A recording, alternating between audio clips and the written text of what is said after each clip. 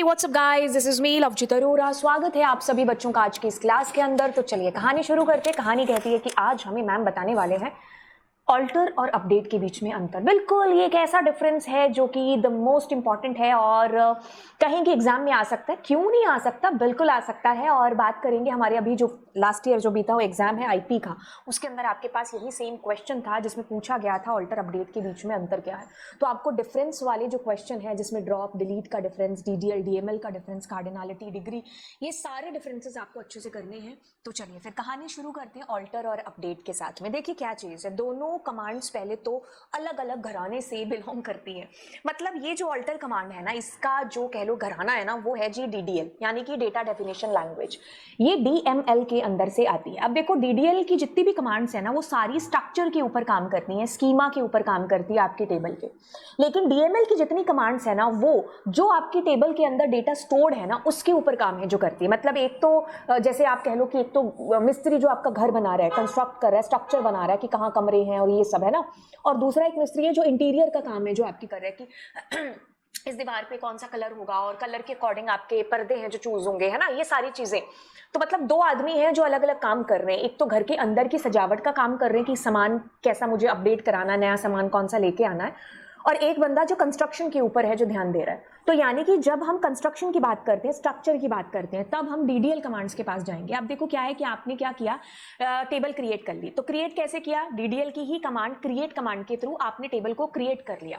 तो once you have created your table, अब एक बार क्रिएट हुई टेबल में चेंज चाहिए मुझे उसकी स्ट्रक्चर में। आपने मान लीजिए 5 कॉलम रखे थे, काम होता गया। अब मुझे चाहिए कि एक और कॉलम लाऊं मैं उसके अंदर, अपनी टेबल के अंदर।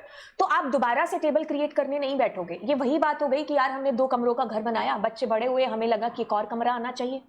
अब ऐसा तो नहीं कि तुम सारा घर तोड़ के उसको तीसरे कमरे, नहीं, हम एडजस्ट करेंगे ना, उसी घर के साथ ही कंस्ट्रक्ट करा देंगे, उसी के अंदर मॉडिफाई कर देंगे अपने घर को। 2 कमरों से हमने 3 कमरे बना दिए, है ना।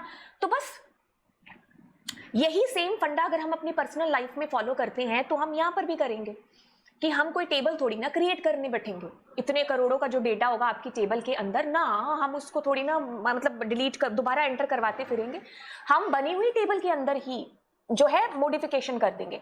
तो जब आपने जो चीजें क्रिएट कमांड के थ्रू करानी थी नहीं कराई, अब वो सारी चीजें हमें अगर करानी ऑलरेडी एग्जिस्टिंग टेबल के अंदर, तो वो काम हमारे ऑल्टर भाई साहब करेंगे। तो डेफिनेशन कहती है कि use to modify the structure और स्कीमा ऑफ अ टेबल और डेटाबेस। आपने क्रिएट कमांड के थ्रू आपकी टेबल बना ली। अब ऑलरेडी एग्जिस्टिंग टेबल की स्ट्रक्चर को आपने मॉडिफाई करना है, उसमें कुछ अपडेशन, उसमें कुछ चेंजेस लाने हैं। तो that will be done by the only command that is alter command. लेकिन उसी तरफ जो आपकी अपडेट कमांड है, इसका काम है कि जो आपकी टेबल है उसमें जो डेटा है उसको मॉडिफाई कराना। ये बिल्कुल वही बात है कि मान लो मैंने आधार कार्ड बनवा लिया, अब मेरे को एक यूनिक आईडी मिल गई, सब सॉर्टेड चल रहा है। मुझे आया कि यार अब मेरा एड्रेस चेंज हो गया। हम कराते हैं ना यार, एड्रेस को क्या कराते हैं, अपडेट कराते हैं। कोई नया आधार कार्ड थोड़ी ना बनवाएंगे। आधार कार्ड का तो नंबर, एक यूनिक आईडी आपको मिल गई सो मिल गई। अब ऐसा नहीं है कि मैं एड्रेस चेंज करूंगी तो मुझे नया आधार कार्ड, नहीं। तो ऑलरेडी क्रिएटेड में ही आपका मॉडिफिकेशन हो जाता है। जैसे हम बैंक में खाता खुलवाने गए, है ना, तो अब मेरे को सरनेम चेंज कराना है, हो गया surname, address, mobile number, phone number, ऐसा कुछ मुझे अपडेट कराना है। तो अपडेट कमांड यहाँ पर काम है जो करेगी, ठीक है, क्योंकि डेटा से रिलेटेड काम है जो हम कर रहे हैं। तो डीएमएल की कैटेगरी की कमांड्स यूज होंगी। नया डेटा इंसर्ट करना है तो we will use insert command. Already inserted data के अंदर मुझे कुछ मॉडिफिकेशन करना है तो I will be using update command. To alter the table structure, जैसे कि नया कॉलम जोड़ना है, पुराने किसी कॉलम को डिलीट करना है, किसी कॉलम का नाम चेंज करना है, आपको किसी टेबल का ही नाम रीनेम करना है, ये सारे काम आप इसी के थ्रू करोगे, ऑल्टर के थ्रू, ठीक है। आपने कोई टेबल बनाई, उसमें आपने car 20 डेटा टाइप रख दिया। अब आपको थोड़े टाइम बाद पता चला कि मेमोरी वेस्टेज हो रही है यहाँ पर, तो मुझे varchar लेना चाहिए था, तो आप ऑल्टर का यूज करेंगे। टू अपडेट और modify existing records in a table does not directly affect the data stored in the table. जो भी आपकी टेबल का डेटा है उसके ऊपर कोई फर्क नहीं जो है डलेगा, क्योंकि इसका काम ही स्ट्रक्चर को अपडेट करना है, स्ट्रक्चर में चेंजेस करना, directly change the values of data in a table. इसका काम क्या है, वैल्यूज पर इफेक्ट डालना, किसका, अपडेट का। इसमें आप add, drop, modify, rename, change, ये सारे के सारे आप ऑपरेशन है जो कर सकते हो। इंक्लूड इसके साथ अपडेट का जो दोस्त है दैट इज व्हाट, सेट। जैसे डिलीट का दोस्त है फ्रॉम, वैसे अपडेट का है सेट, तो हम इस सेट का यूज करते हुए, जो कि मैंने नीचे लिखा भी होगा, तो हम वैल्यूज में मॉडिफाई करेंगे।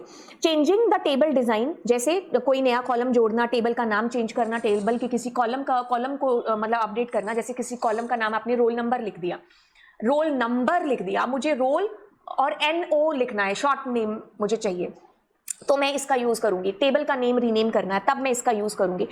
मुझे काफी सारी रोज में, 1-2 रोज में स्पेसिफिक कंडीशन के बेसिस पर चेंज चाहिए कि यार जिसका सरनेम अरोरा है ना, उसके सब्जेक्ट कंप्यूटर हो जाए, कुछ ऐसा मैं चाहती हूं अपडेट करना। ठीक है, कहते हैं कि affects the structure and schema of entire table, के स्ट्रक्चर पर असर होगा, लेकिन ये सिर्फ रोज और कॉलम्स जो आपका डेटा है ना उसके अंदर, उसके ऊपर फर्क है जो डालेगा। अब इसकी जो स्ट्रक्चर है वो आप कुछ इस तरीके से इस्तेमाल करते हैं। ये मेरे ख्याल से पीछे आ रहा होगा, तो मैं एक काम करती हूँ, इसको थोड़ा सा ऊपर उठा देती हूँ।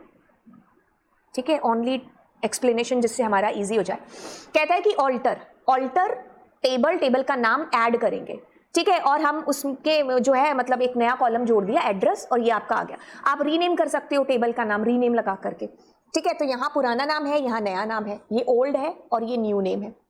ठीक है, और इस तरीके से आपने कहा अपडेट टेबल का नाम सेट 21 हो जाए, एज जिसकी भी आईडी ये है।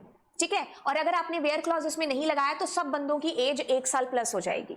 ठीक है, तो ये एक जो है कह सकते हो आपकी, इस तरीके से हम अपडेट और सेट में अंतर है जो डिफाइन करते हैं।